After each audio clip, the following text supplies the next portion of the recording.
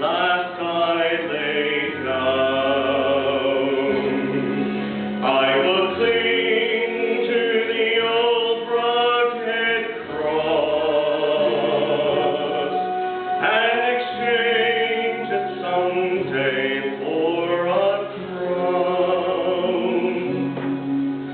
Oh, that old rugged cross, so despised by the world, has a wondrous attraction for me. For the dear Lamb of God left his glory above to bear it to dark Calvary. To the old rugged cross I will ever be true, its shape and reproach gladly bear.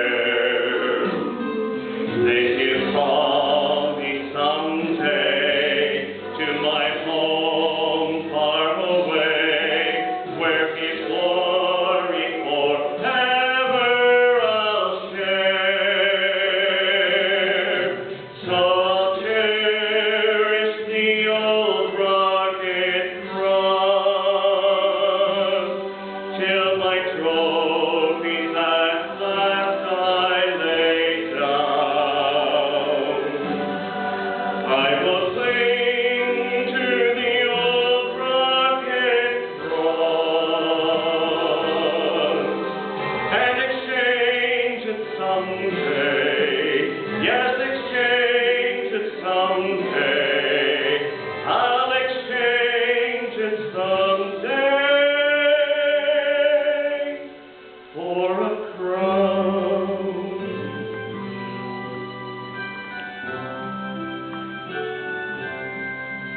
Yes, I'll cling to that old rugged cross.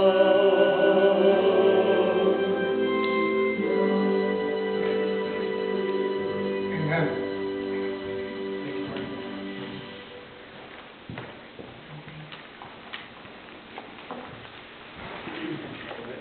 We have John and Greg as you speak for us today.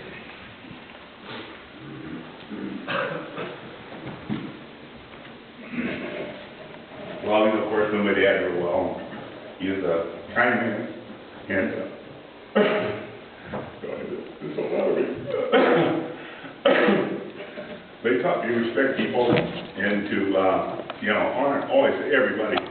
And pass what wisdom you can on to whoever. And this last year, I really enjoyed being with you. We played a lot of dominoes and whatnot, did a lot of talking. And when I was growing up, I started working with him when I was just a little kid, like 8, 9, 10 years old, so I could be with him.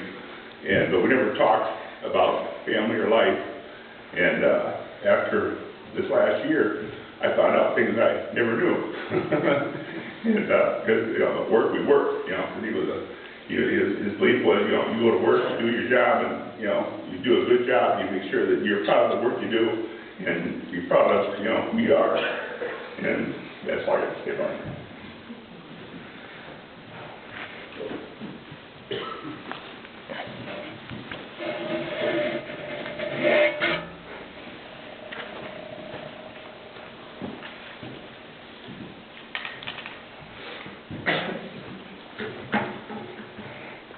Well, I'll warn you, I'm more long-winded than my brother. But yesterday I was actually thinking about, like people, they'll say to somebody, how old is your little girl? And they'll say 24 months. And how old's your little boy? He's 18 months. And I was like, when do we stop talking about how old they are in months? Well, Dad was 1,064 months, or 88 and 8 months. So at some point, I guess we stopped with the 88 and a half or whatever, but I thought 1,064 months was pretty awesome. When Mom asked me to speak, I wasn't quite sure what I wanted to say. I mean, we're talking about the life of a man I've known all of my life. So where do I begin? Well, how about the beginning? Dad was the third child of 6. He had 2 older brothers who taught him so very important things. They took him out behind the woodshed and taught him he didn't like to smoke. Later, they taught him he didn't like to drink. And that's about all I remember him talking about his childhood. At the age most of us think about our junior year and upcoming senior year in high school, Dad was drafted into World War II, where he learned how to jump out of airplanes. I never heard too much about the war stories. I heard a story about them setting up a temporary skating rink, and Dad brought down the tent by grabbing the center pole to stop himself. The only other story I ever heard about was how his friend from Michigan, Chuck Ruggles, told him he had a niece who was 18 that he thought Norm would really like. So with the help of Johnny Carmison, his, I think, platoon leader, which was also another friend of his, he started writing the niece back in Michigan. They wrote back and forth, and at some point he learned that she wasn't 18, but 14. That didn't stop the writing. In 2012, they celebrated 65 years of marriage. Jokingly, he would always say, "It's Uncle Chuck's fault I got myself into this." Or then quietly, he would say, "It's one of the best things that ever happened in my life." From here on, the story goes back and forth in age, as I just couldn't get this to come together chronologically. So by the time Mom and Dad decided to adopt me, Dad was 38 and Mom was 33. Supposedly, all three, including John, were really excited to get me. They took me home at 3 days old and raised me as their own. I understand at 12 days, John tried to take me back, and at 15, Dad tried to return. I have so many memories of Dad, it would be impossible for me to recall them all here. But here's a few of some of my favorites. Dad and I both shared a love of driving. I believe that mine may have started by Dad. When I was little, I had a car seat, not car seats like today, car seats that probably weren't safe at all, with a steering wheel, a gear shift, and a turn signal. Apparently, when we got to a hotel after a day of driving, I had blisters on my thumbs. By age 3, I often sat on Dad's lap and drove. By 8 or 9, I was sitting next to him driving. By 12, I was driving by myself on private roads, and by 14, I would drive halfway home from the cabin, but only with Dad in the car. And now, at my current age, I still love to drive. It's something I've shared with Dad all my life. As I was growing up, Dad took very few days off work. He was never sick. If he had a cold, he'd come home, went to bed early, and was feeling great by morning. He was one of those people who woke up with a smile on his face. Mom and I hated him in the morning. He'd smile before caffeine. If Dad took a day off work, it didn't mean he was sick. It always, or almost always, meant we were getting a new car. I recently counted how many cars he had in my lifetime, and it's someplace around 30. While Dad and I loved to drive cars together, him and I didn't do so well working on them together. He would want a doohickey, and I'd give him a wrench. Wrong doohickey.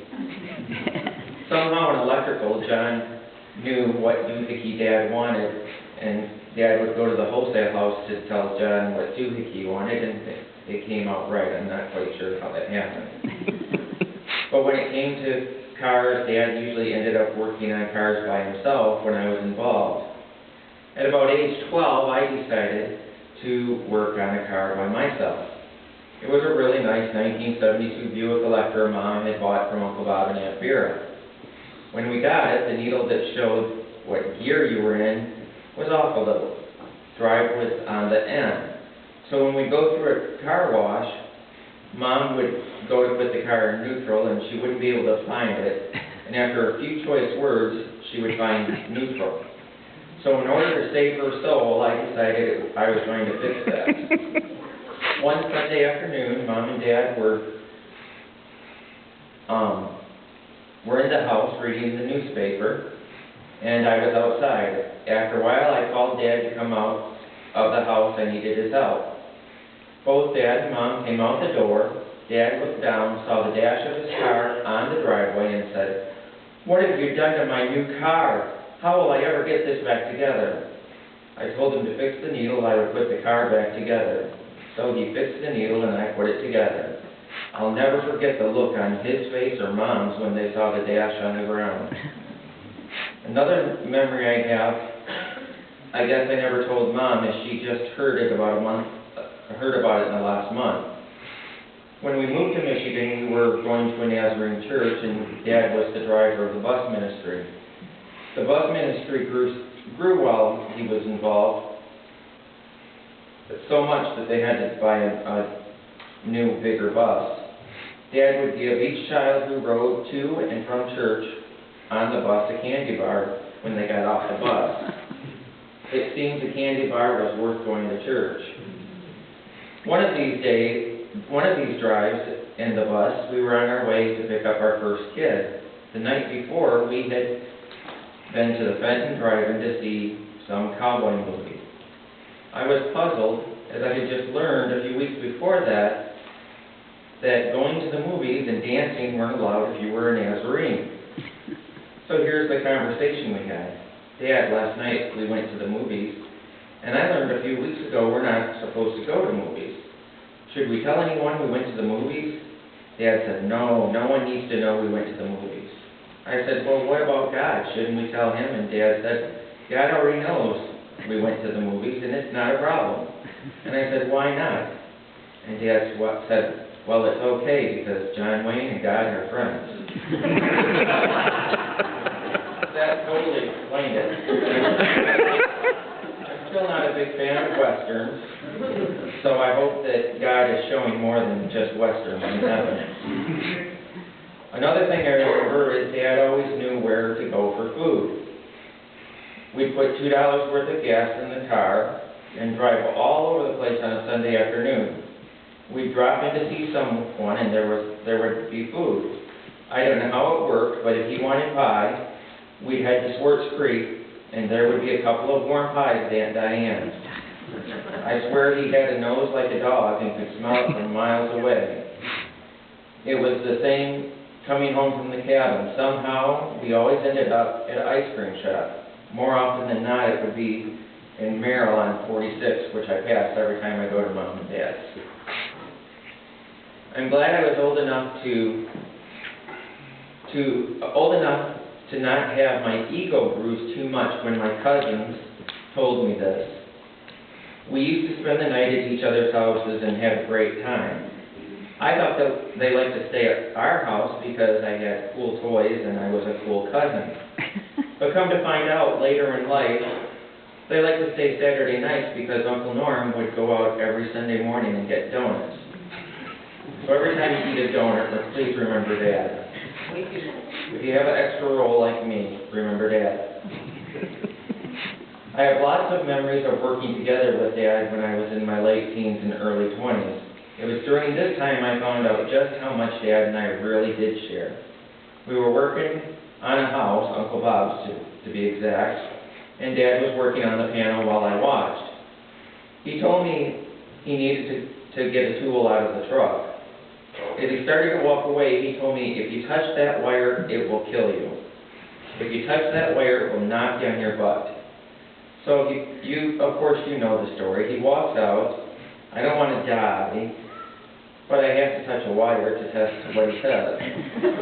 I indeed got knocked on my butt, scooted across the basement about 15 feet. As I was getting up, Dad came down the steps and said, you had to touch the wire, didn't you? I shook my head yes. He asked if I was okay, and I said I was. And he said, well, at least you didn't lose a finger. And then he told me about how Grandpa told the boys they should never put their fingers near the chain on the lawnmower, and how Dad tested it And somewhere in the Chautauqua Cemetery lays the end of his finger. At the end, we both had a pretty good laugh about how we didn't listen to our fathers. Now, this isn't just about Dad, but I'm sure Dad had a lot of input with this. I was so lucky to travel when I was young with Mom and Dad.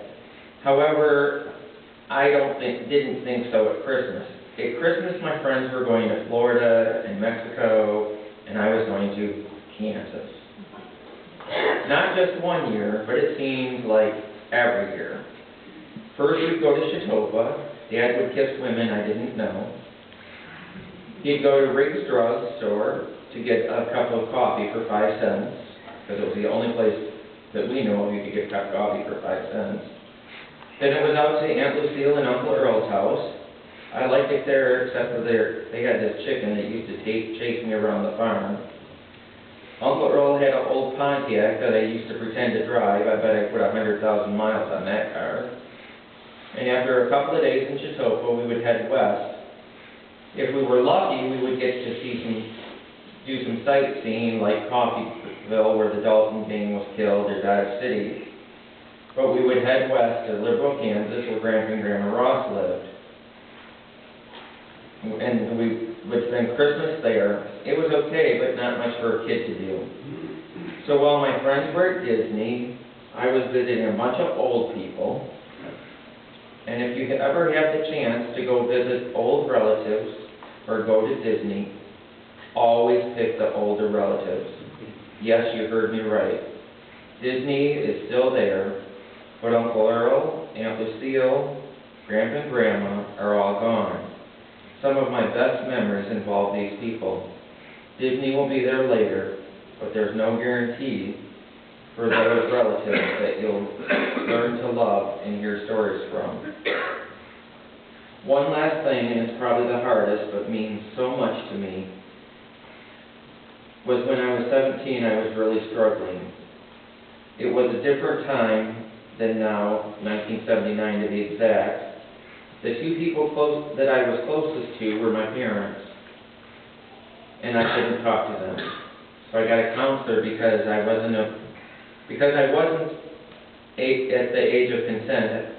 They had to sign for me to see a counselor.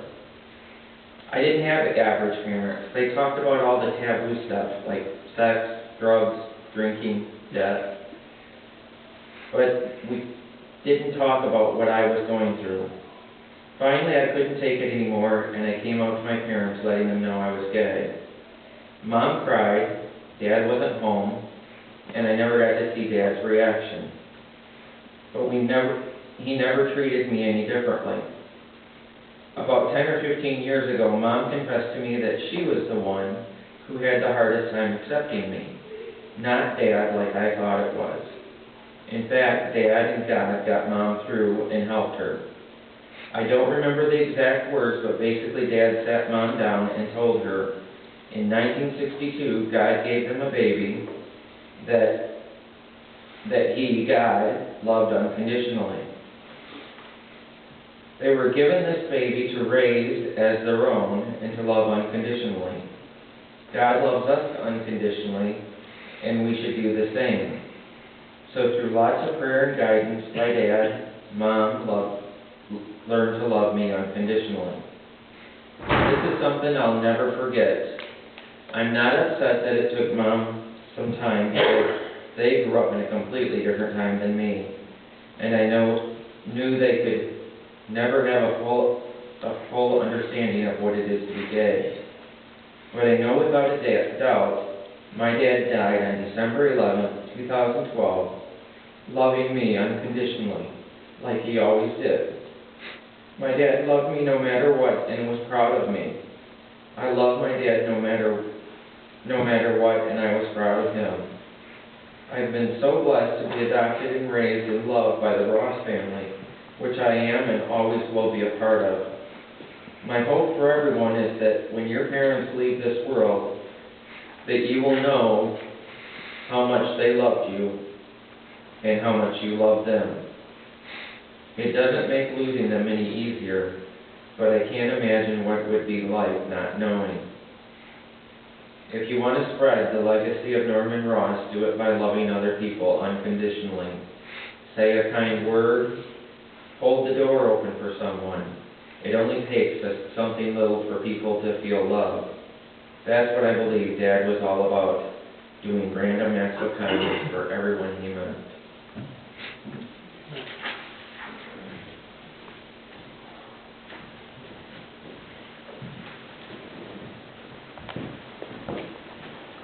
Amen. We have, I believe, a great